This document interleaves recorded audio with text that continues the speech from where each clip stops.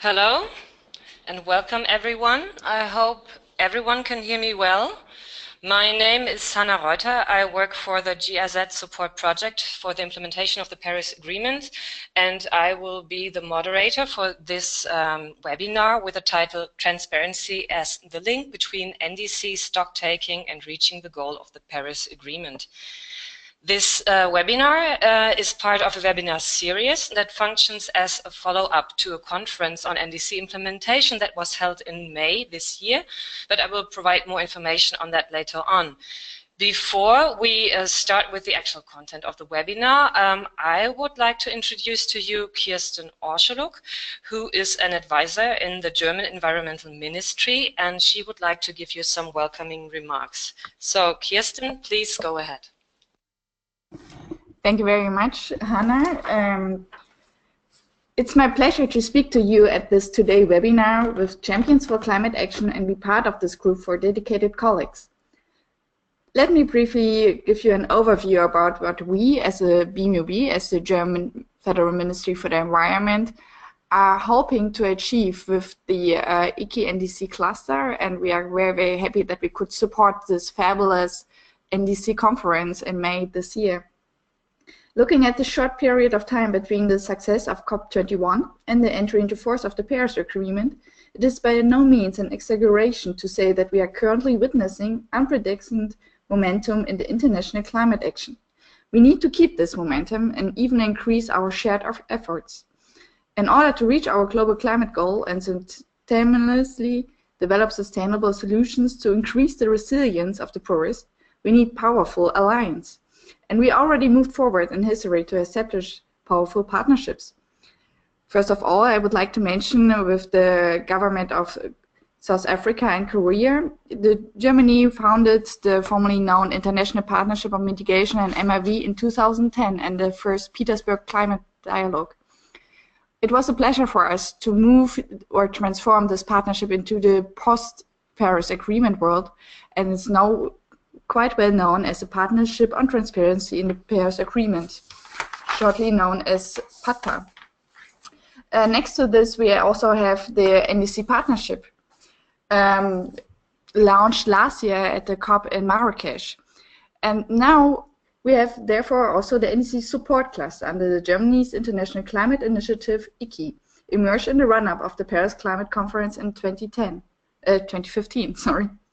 In 2016, we started conceptualizing the cluster with a handful of projects and implementing organizations. By now, the German Federal Ministry for the Environment has commissioned 10 institutions in the cluster, implementing 56 million euros in almost 30 countries. And therefore, to have this webinar as a follow-up of the wonderful and successful NDC conference, I'm very, very happy to be here with you and again, give some highlights on the connection between NDC and transparency. For sure, you know, in the climate negotiations, it's a separate negotiations, but I think for implementers, this connection, this interlinkage is so important, and therefore I'm happy to be here with you and to listen to the country's experience, and therefore I would like to hand over again to Hannah. Thank you. Thank you very much, Kirsten, for this welcoming remarks and the political framing of this webinar. Before I introduce the other speakers of this webinar, I would like to give some more background information on the conference you just heard about, which is basically the reason we are having this webinar series. So the conference was organized at the beginning of May this year from GIZ, UNDP, and the Let's Global Partnership, in collaboration with the NDC partnership. It lasted 3 days and more than 280 participants attended the conference, among them government representatives from more than 80 countries. The objective of the conference was to advance NDC implementation through sharing concrete approaches and experiences from countries and other stakeholders from the international community. Each day of the conference was devoted to a different topic. So you can see the 3 topics on your screen. It's integrated governance, finance, and transparency. And we also had 2 cross-cutting topics, dialogue with the private sector and collaboration and support. One of the major outcomes on the conference was a paper that the organizers published that summarizes the key messages related to each of these core topics of the conference. And also we published a comprehensive report and documentation of the conference that you can find on the website. The link to the website is given in this presentation that we will share after the webinar as well. So after the conference, the organizers sat together again and thought, and everybody agreed that we didn't want to check off the conference as a one-time thing, but we wanted to make use of the informative inputs and the rich discussions we had during the 3 days. So one thing we decided was to organize this webinar series in order to disseminate the conference outcomes to a broader audience and to provide deep dive into some of the topics that we have addressed during the conference and to provide a platform for exchanging best practices and first experiences in NDC implementation. We will also organize some side events during COP that will also pick up on some of the outcomes of the conference, and I will provide a bit information on that at the end of the webinar. So this webinar session will pick up on the topics that we have addressed at day 3 of the conference. And this day was dedicated to the topic of transparency. The webinars on the other topics will follow in the next weeks. The objective of this webinar are to highlight the importance of the transparency regime for the Paris Agreement, to reveal the links between NDC implementation and transparency, to explain how strengthening current measurement, reporting and verification systems help to prepare for future requirements for monitoring NDC implementation, and to showcase good practices for establishing and using MRV systems in countries. For this, I'm very happy to welcome 3 panelists. We will hear first input by Monica Echegoyen, who is the coordinator for the Initiative for Climate Action Transparency, ICAT, and she will speak on the role of transparency in the Paris Agreement and will explain how it relates to the current MRV framework. After that, we will hear some comments from 2 country representatives, Vahakan Kabakian, who is a project manager at the Climate Change Unit in the Ministry of Environment of Lebanon, and Ilka Wagner, who is an advisor in the Environmental Ministry of Germany. And they will also share with us some insights from their national experiences in setting up transparency systems. At the end of or after the inputs, we will have a Q&A session, and you can post your questions and comments throughout the whole webinar using the chat function you should see in your control panel. We will bundle the questions and comments you have posted and then address as many as possible during the Q&A session. That means that I will read out the questions you have posted to our speakers and will ask them to respond to that. So please feel free whenever you have anything that you would like to address, just type it in the chat function and we will see it then. And with this, I would like to ask Monica to start with the first input. Thank you, Hannah, and thank you, everyone. Welcome to everybody. Good afternoon or good morning. I hope that we have participants from developing countries. That will be very, very nice. And I would like to start this webinar after Kirsten and Hannah's presentation, coming back again to the issue of transparency.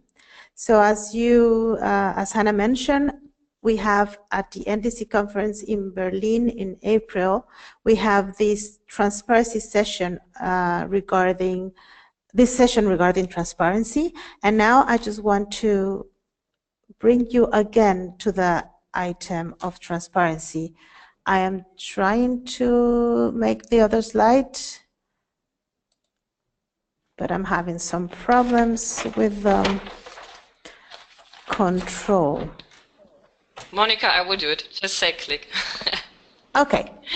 So this is the first one. Okay. So let's remember that we have Article 13 in the Paris Agreement, and that transparency of support and action was the core item that sustained the possibility of having this Paris Agreement. The need to have a common framework that allows credibility and that allow us to stock take on the progress of how we are dealing with climate change internationally is the core issue of the Paris Agreement, in my point of view. So regarding this Article 13, that established the Enhanced Transparency Framework, or ETF, as you're going to see in my slides. Let me remind you that this Transparency Enhanced Framework has the purpose to provide clear understanding of climate change actions and support. And as the article states, that purpose is through bringing clarity and tracking progress of national determined commitments or contributions and adaptation actions, and also to give clarity on support provided and received by parties in the context of the Articles 4, 7, 9, 10, and 11. And you have also in my slide what are those articles talking about. So the Enhanced Transparency Framework has this main purpose of bringing clarity of what countries are doing and how we are receiving and providing support. And also it has the main purpose to inform to the global stocktake that it's stated under Article 14 of the Paris Agreement. So we see here that we have as countries a responsibility to communicate our NDCs progress with the purpose to inform to the global stocktake. Next, please, Hannah. So basically, also the Article 13 states that this Enhanced Transparency Framework is going to build on the MRV provisions. And in this slide that is taken from UNFCCC Secretariat, we can see these new provisions we are talking about in the Transparency Enhanced Framework. So we have in this slide that the ETF is mainly about reporting, technical expert review, and multilateral facilitative consideration. I will not get in depth in this slide because you're going to have it. It's going to be provided for you through this webinar. But here you can see very easily the commitments that developed in blue and developing in blue and developed in green and orange have under the Article 13. So here you will see that all parties shall report national greenhouse inventories, all parties has to report about NDCs, and that developed countries shall report also on support. So you can take a look in depth of this slide, but the importance of this slide is that if we go to the next slide, please, Hannah, we can see that these provisions of the Enhanced Transparency Framework are also taking into account the MRV elements that we have previously in the Convention and the Kyoto Protocol. So here you will see that these MRV elements that we have already established under the Convention are still serving for the purpose of the Enhanced Transparency Framework. And here we will see that mainly reporting, we're going to be using the MRV elements of national communications, national GNG inventories via annual reports for developed countries. And for developing countries, we're going to use also national communication that contains or integrates the national GNG inventory, the VURs, the biennial update reports, and we are also going to use for the technical review the VURs, national communications, and GHG inventories, and we're going to use also the new processes for multilateral compliance and sharing of views that we have stated in the Paris Agreement. So mainly this gives us the idea that countries, we will need to enhance and to improve our MRV instrument as national communications and VUR in order to comply with this new transparency framework. The next one, please, Hannah.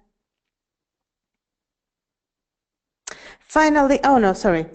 Before going into what is, before giving my advertising, can you go back to the slide, please, for people not to get very distracted. So mainly my first comment to open this webinar is that developing countries and developed countries needs to ensure that national arrangements, institutional arrangements within our countries are settled in order to comply with our MRV commitments that we previously have in the convention, and that we also need to improve our capacities in countries to evaluate and later report and later go through a verification process of our climate actions and also support.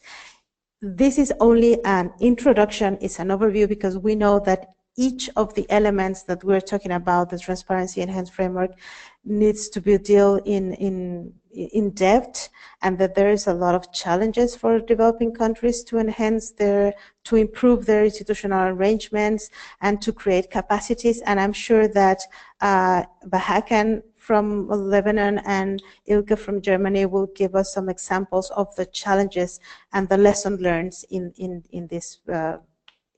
this pathway. So just to finish, I will not take a long time, just to introduce you what is ICAT about.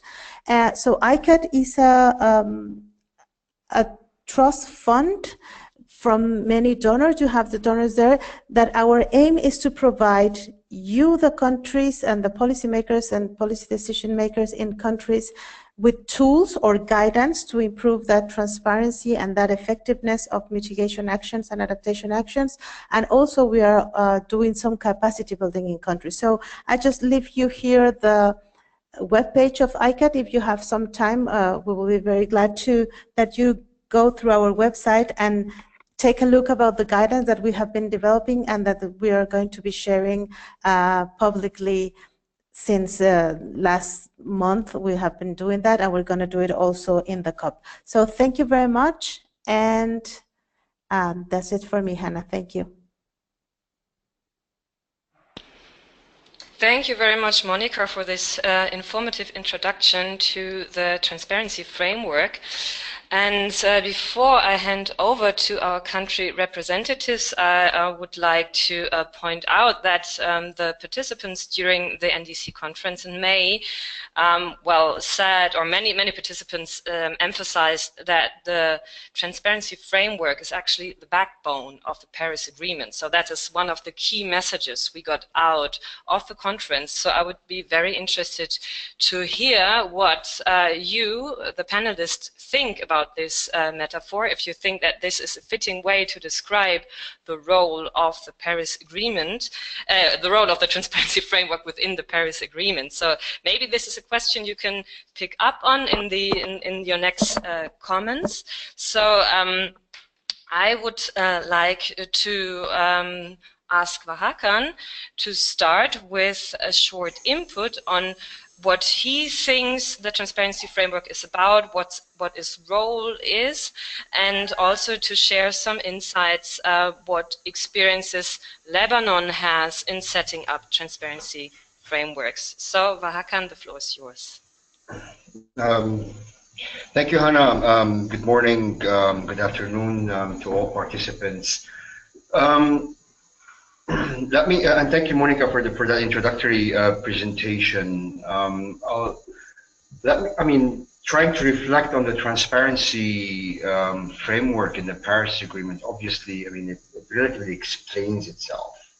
We're just enhancing whatever framework we have in place, and if you don't have something in place, then you start building it in place. One interesting part of Monica's presentation was the last slide, where she was actually showing existing MRV systems that could be used and therefore be able to enhance it when it comes to complying with the Paris Agreement, Article 13. Very much relevant to us was the national communication, obviously the BOR and the associated process with the BOR, the ICA and the FSV. because anyhow, in a way, we will be reporting, or we will have to report on our, for example, financial needs, but also finance received. And in a way, the VUR helps us in going into that process. And coming from our own experience, literally the VUR process has been a tremendous help in identifying the gaps and needs when it comes to the various items, but also including to the MRV system. So, you know, everyone is familiar with the VUR process. You report on your existing MRV system, but you also provide gaps and needs on the various gaps and needs that you need support on. So again, I mean, we just finished our second VUR, and we feel that that has I mean, the improvement from the first to the second VUR has been tremendous, specifically also because of the ICA process, how, you know, the experts actually help you, the country in this case, identify you know, whatever is required to improve the VUR, to be from the national inventory, but also from capturing mitigation actions, and also finance needs and finance received. There has been some, I mean, for those who were in the NDC conference earlier this year, there has been some progress when it comes to Lebanon's work towards an enhanced transparency framework. So what we've been doing, looking at the various projects that or the initiatives that we're actually implementing in the country, we kept in mind what's coming under the Paris agreements. So very much the ETF was and is still in our head. So obviously, when we were developing the NAMAs, there's an associated MRV component with it. But then we started thinking beyond the NAMAs MRV itself.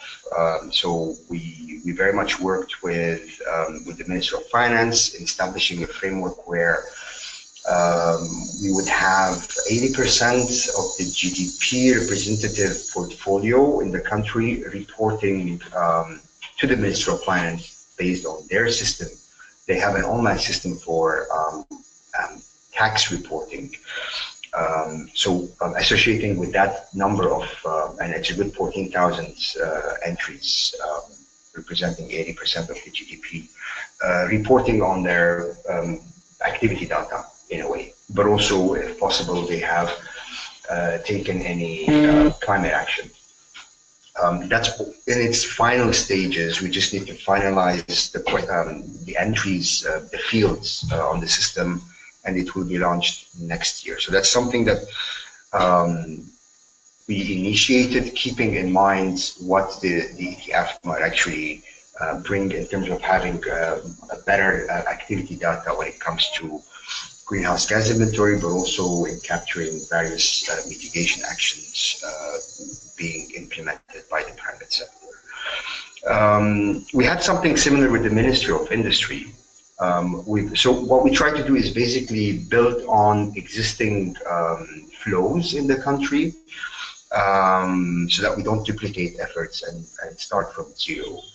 Again, Ministry of Finance had or still has an annual licensing procedure for all companies that require to export their data. Now, obviously, their products. Now, obviously, there's a cross-check to be done here with the Ministry of Finance database so that we don't duplicate that work. However, the Ministry of Finance was a very much paper-based process, while the Ministry of Finance is an automated online process. And I'll let you know what we are actually thinking of doing in a couple of when we talk about the CBIT, which is you will see it in the later slides.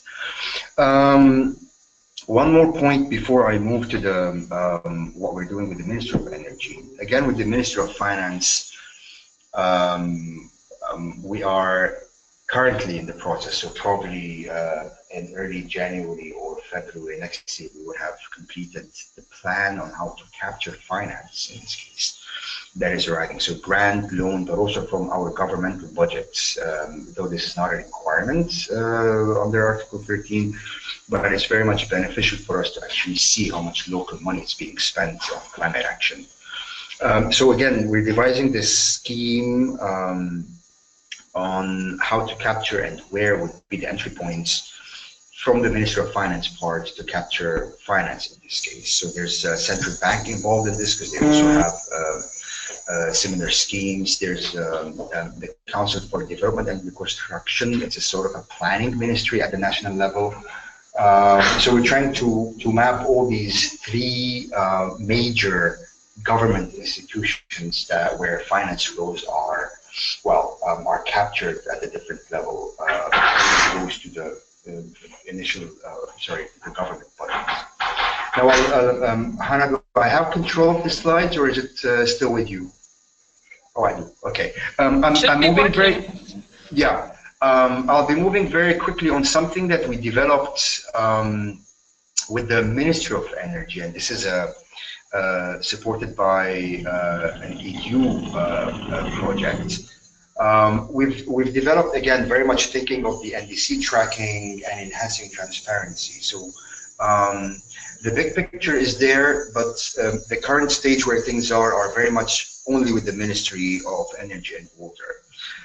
So very much it's a dedicated portal that captures actions, but also activity data from the various ministries. So very much currently only energy related, but you will see in one of the slides that it also captures progress on NDC implementation. It includes, so that it's a sort of a repository of information as well.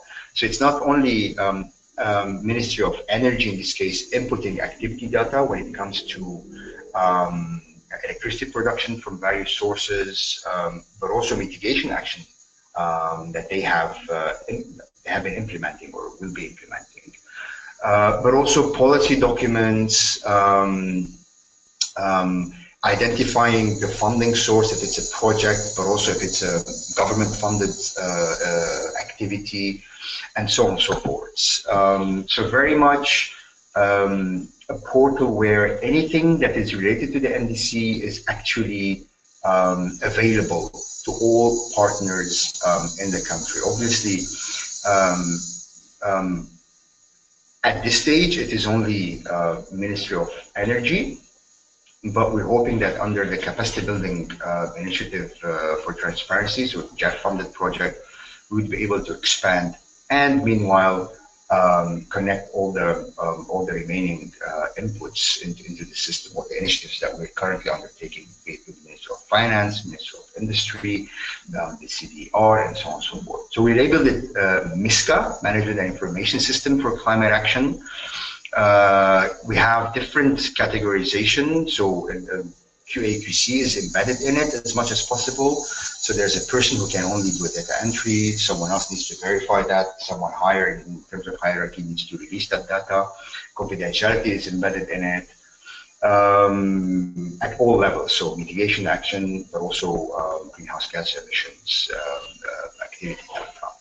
I won't dwell into it, but just to show you that you can also export it in an Excel format. So this is very quickly a trial that we run, data entry of the various energy sources. You also have your mitigation measures.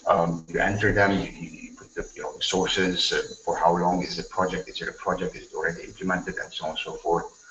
And then it generates outputs, automated outputs. So calculation is done inside. It generates your greenhouse gas inventory. You can export it to Excel, as I mentioned, sector per sector. You can have graphical representation. It could generate automatically your grid emission factor, for example, which would help correctly calculate your mitigation measures and how much CO2 you're reducing. And then finally, you can see how it is linked to our NDC. This is the NDC of Lebanon. So you have the PAQ, we have the unconditional, conditional, and then the more you start building your greenhouse gas emissions, the more it would actually show how far we are from our, or close we are in this case, from our NDC target. So just to say that this is only currently Minister of Energy related, so it's the UNDP, LCP, cooperation with the Uklima South project, which would eventually be further developed under the CBIT that we have submitted the proposal not too long ago. And I'll stop there.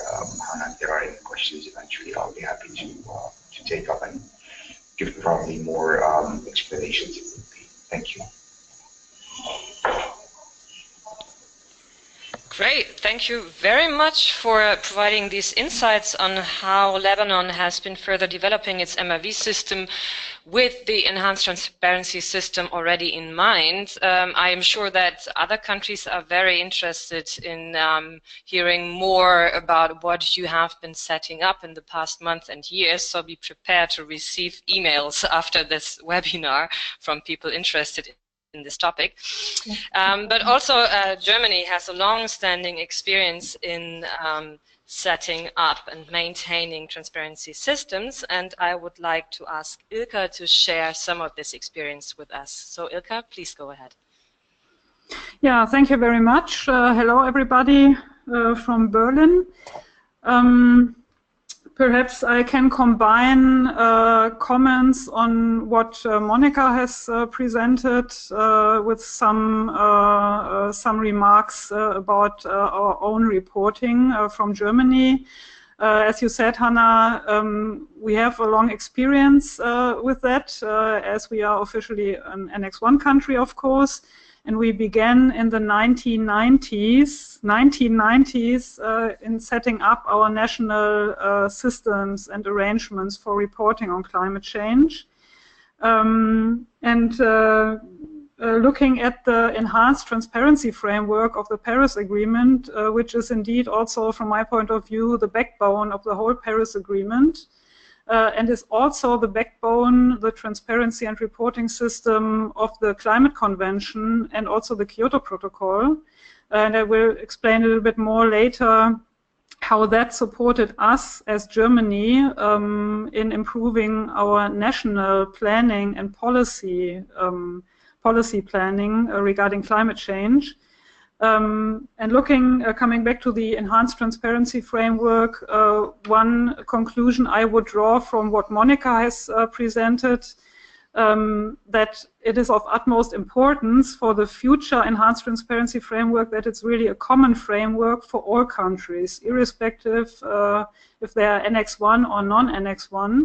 And the reason is no ideology behind that, but to really having and receiving the data as UN and as the world, if I may put it like that, where we stand in terms of the 2 and 1.5 degree target, but also in terms of adaptation, the adaptation target and the finance target of the Paris Agreement. To get an as complete picture as possible. I think this is really important. And that leads exact to the second conclusion, which Monica already has presented. And that is also, from my point of view, capacity building efforts. We had a very interesting insight what Lebanon is doing to establish and develop the national system. Speaking from the German perspective, we know that it's really an effort to do all the reporting and to provide the data, and therefore capacity building and expertise building is of utmost importance, and I think that's also a message, of course, for the industrialized countries when it comes to supporting the capacity building efforts. And I would come to my first slide now and say a little bit on the German experience and the German perspective on transparency and reporting.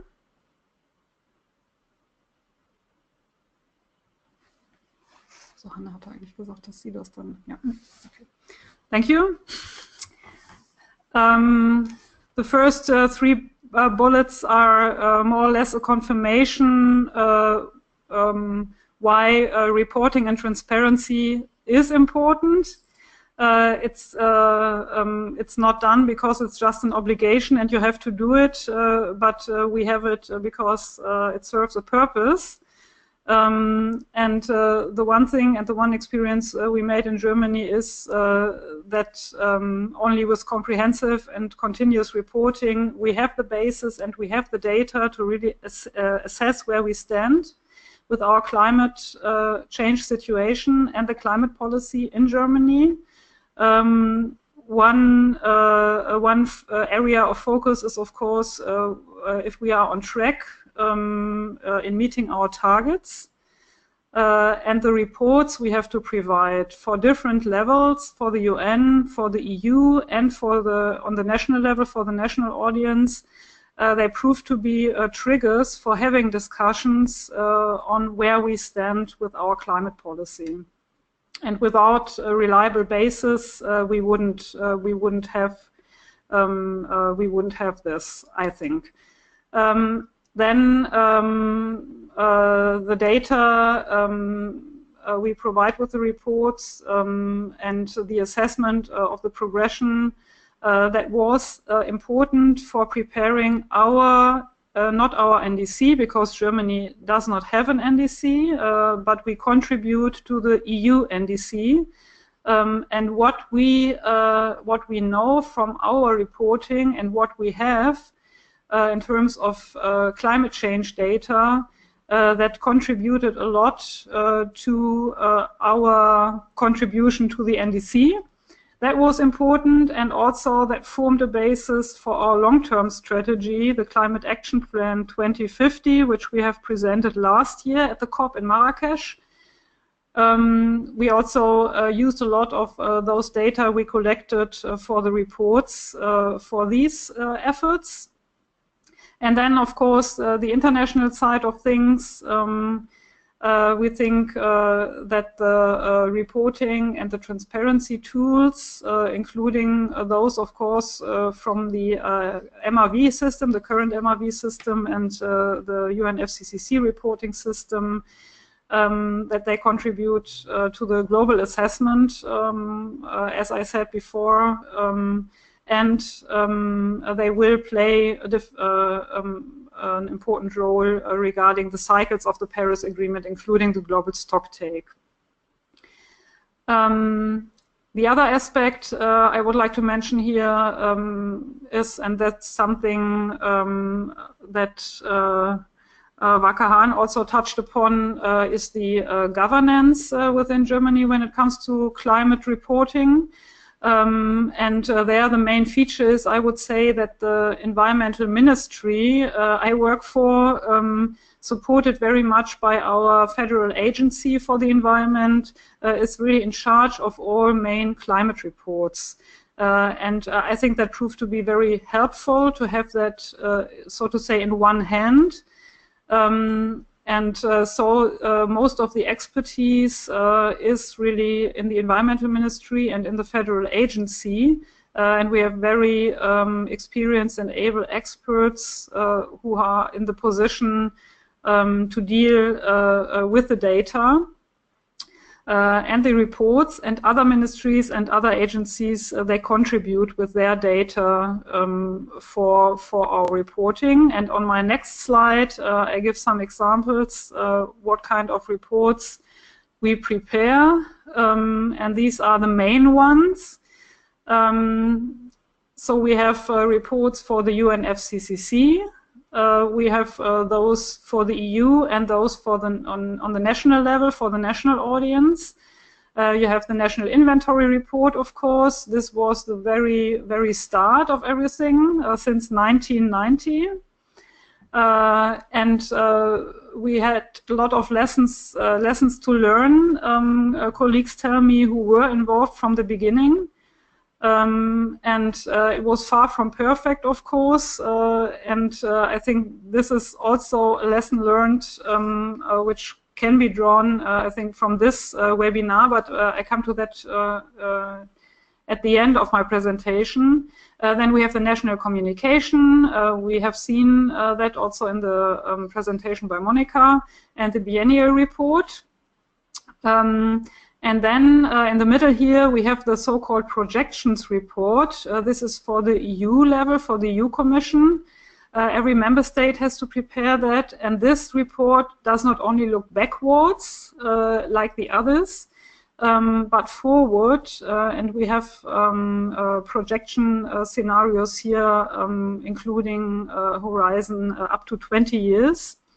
And last time this spring, when we published that, that was an important trigger for a debate in the national climate community, where we stand in terms of our national 2020 target, and that proved to be a very important input for that debate.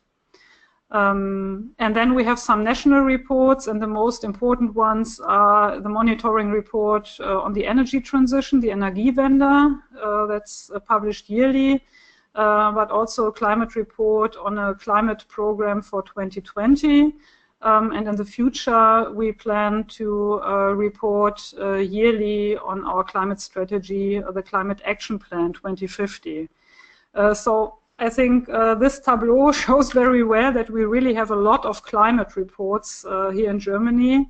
And this is one point, or this is the starting point from my perspective for the first conclusion I would draw, looking at the enhanced transparency framework of the UN and lessons learned, especially for those countries who are in the early years or in the beginning of preparing for that reporting. And my first conclusion is that it's very, I think it's helpful to try to design a national reporting system and national arrangements, and try from the beginning to design a comprehensive and integrated system. What does it mean? When we look at the German examples, we have a lot of reports, and the obligations for those reports came in different points in time and on different levels.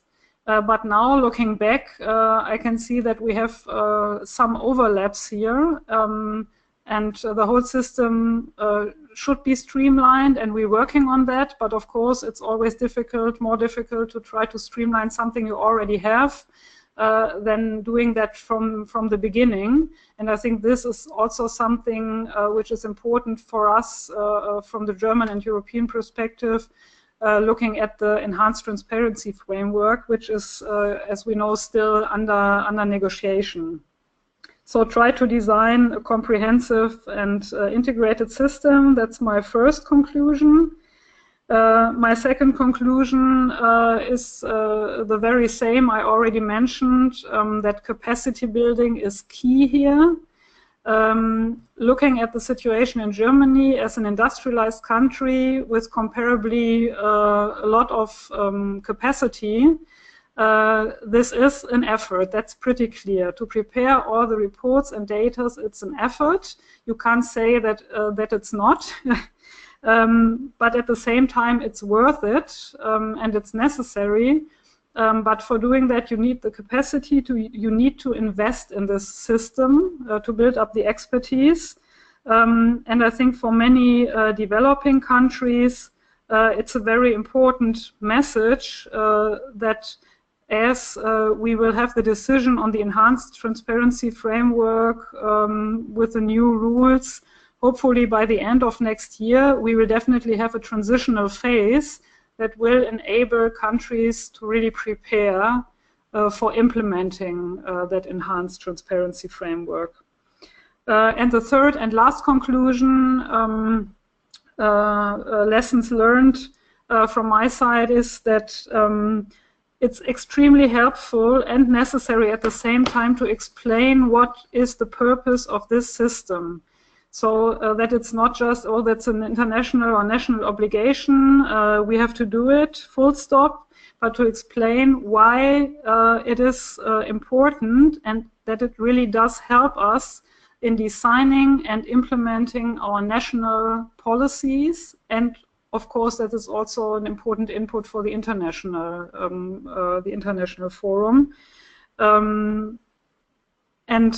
would close with a statement that if you want to know what you're doing, you need this reliable basis when it comes to the climate change situation, mitigation, adaptation, and finance. I know that many countries are unsure, and that colleagues in developing countries are unsure what they really can implement in the end and what kind of targets, for instance, they can achieve. And for that, the reporting and the transparency is really the key, and it's always important to keep in mind why we are doing that, and that it's in the end extremely helpful. That's it from my side. Thank you. Thank you very much, Ilka, for that very important points you made. I've received a few questions from the participants, and I would like to start with the first question, and I think this goes well to both Ilka and Bahakan, but maybe also Monica can chip in some experiences here. So somebody is asking, how is it possible to make reporting easy considering the data is collected from different sectors? So maybe Bahakan, can you maybe answer first? Yeah, thank you, Hannah. I mean, I don't see the difference between, in this specific case, between the enhanced transparency framework and the existing reporting requirements. We are, whenever we're preparing our national communication, still collecting data from various sources. Now, what we're doing in this case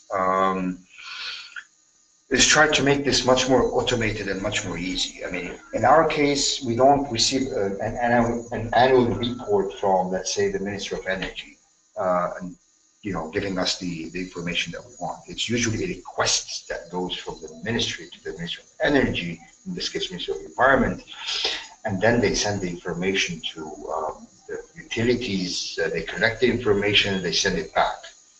We're hoping that if or when, in this case, this data collection system works, they would need, and this is part of the MOU we're designing now,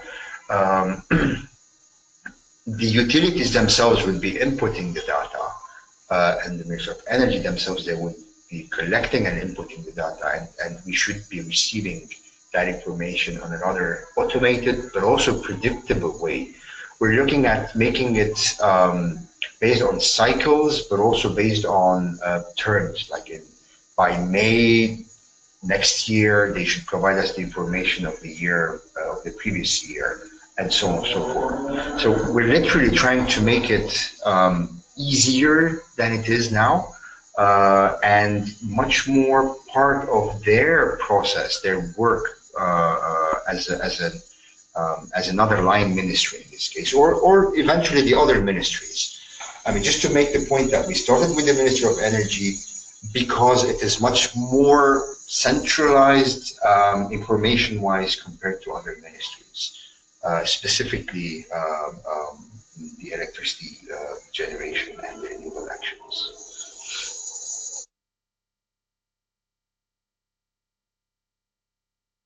Thank you, Bahakan. Ilka, do you want to contribute to that? Yeah, 2 points. Thank you. 2 points. One point is climate reporting is not easy. I think we can't avoid to say that you really need some expertise.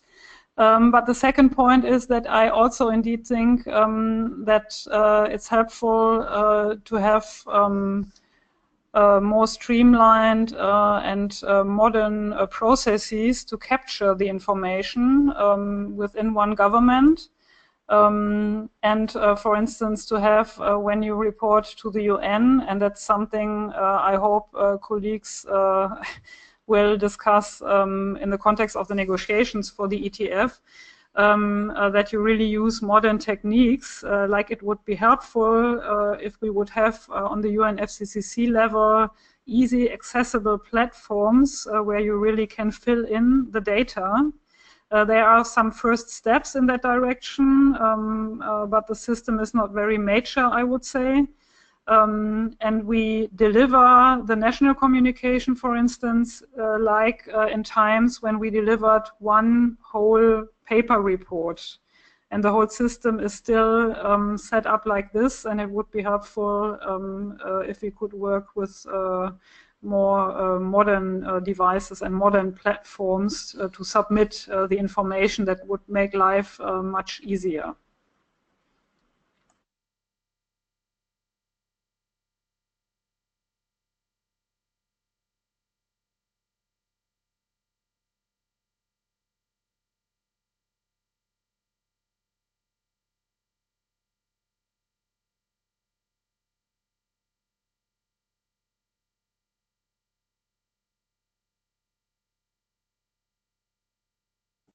Thank you, Ilke. Hannah, can you hear us? Because we cannot hear you.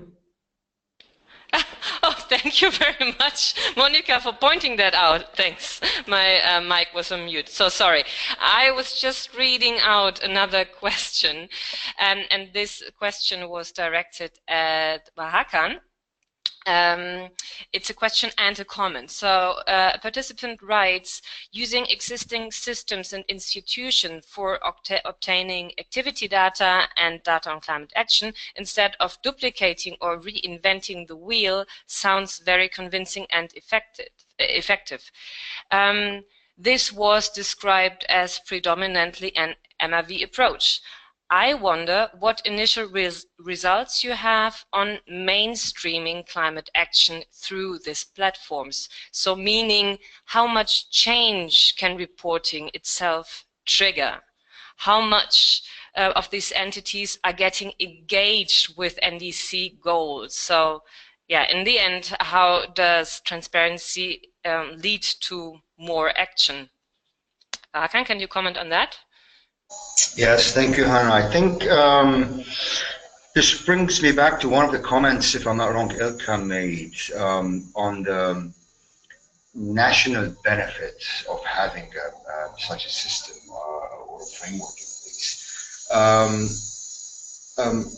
I mean, it's not easy to actually ask them to speak about climate. The language is you know, for the various ministries, other than in our case, Ministry of Environment, climate was not, or probably still is not as much as we want, part of their daily language that they use.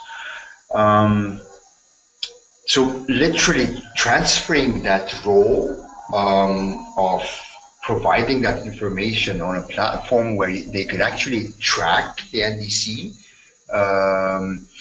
We're hoping that this will make them, and in a way it did. I mean, don't forget, the platform exists but hasn't been deployed fully. We just tested it with the Minister of Energy.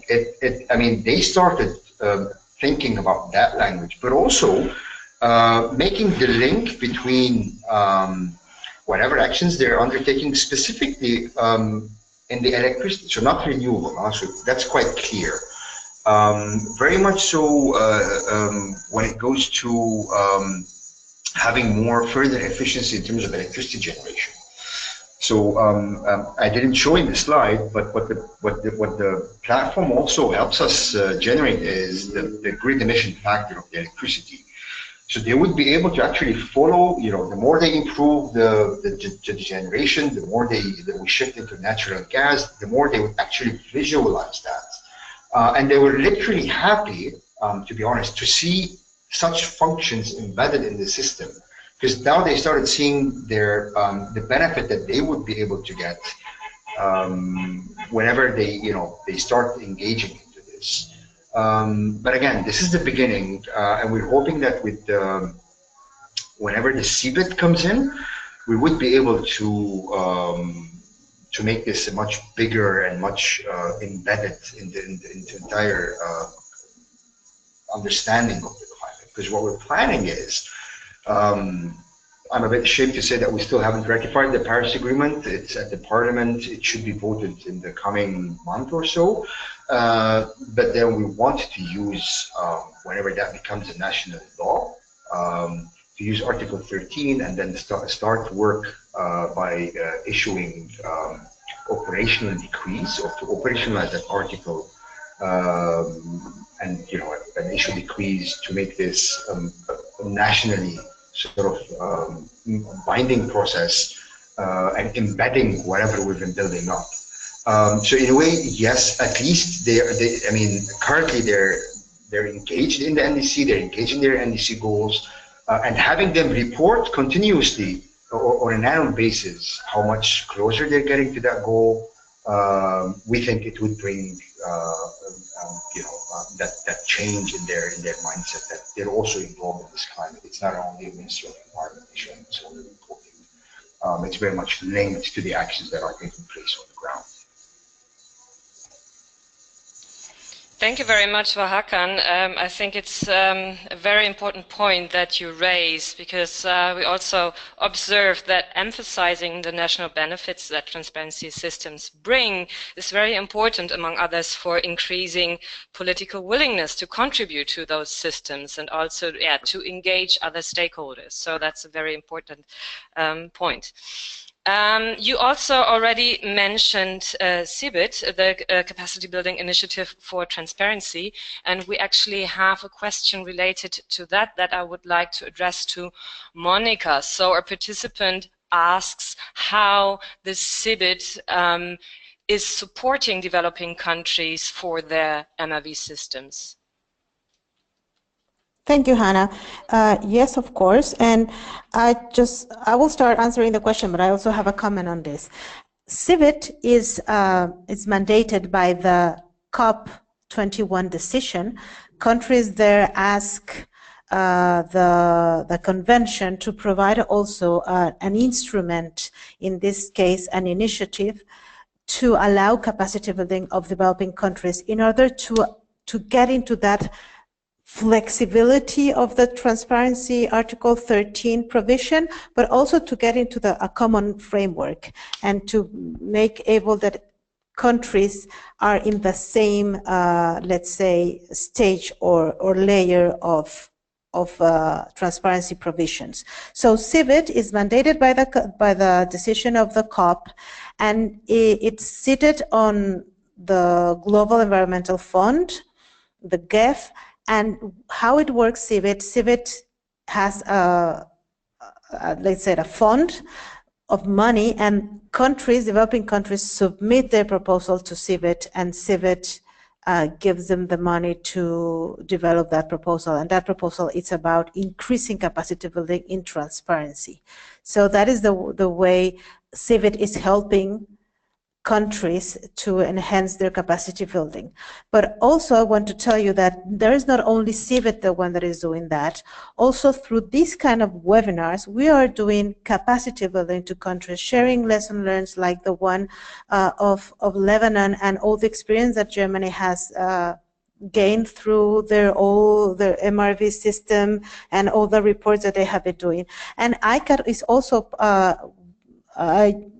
I see somehow ICAT as a pioneer of CBIT, but with much more less money than CBIT, but it's also helping countries in developing this capacity building through guidance. And when we talk about guidance, we're talking about documents or documents, methods, guidance that will help countries increasing their capacities on how to assess the impacts of their climate change actions domestically, and that will definitely increase their capacity to report with more clarity to the international agenda what the country is doing, but also it will help us identify the support needs that the countries have. So I think that CBIT, ICAT, NDCs partnership, all these good and very productive initiatives that the German government it's putting in place with other countries, I think that these are the platforms that will help us increase our capacities domestically. Great, thank you very much, Monica, and to the other speakers. Unfortunately, we don't have more time to address more questions, but I'm sure that the panelists will also be willing to answer questions after that webinar, so please get in touch with them directly or with me, and I will forward the questions, so you are very much welcome to do that. At the end of the webinar, I would just like to provide you some information that might be useful for you. So this slide contains an overview of some knowledge products from the two organizations involved in this webinar, so from ICAT and GIZ. So you can find the links to this knowledge products when you click on the presentation that we will publish afterwards, after this webinar. But of course, there are much more tools and guidances out there that you can use, and I would recommend you to visit either the NDC Toolbox or the NDC Toolbox Navigator, to different platforms.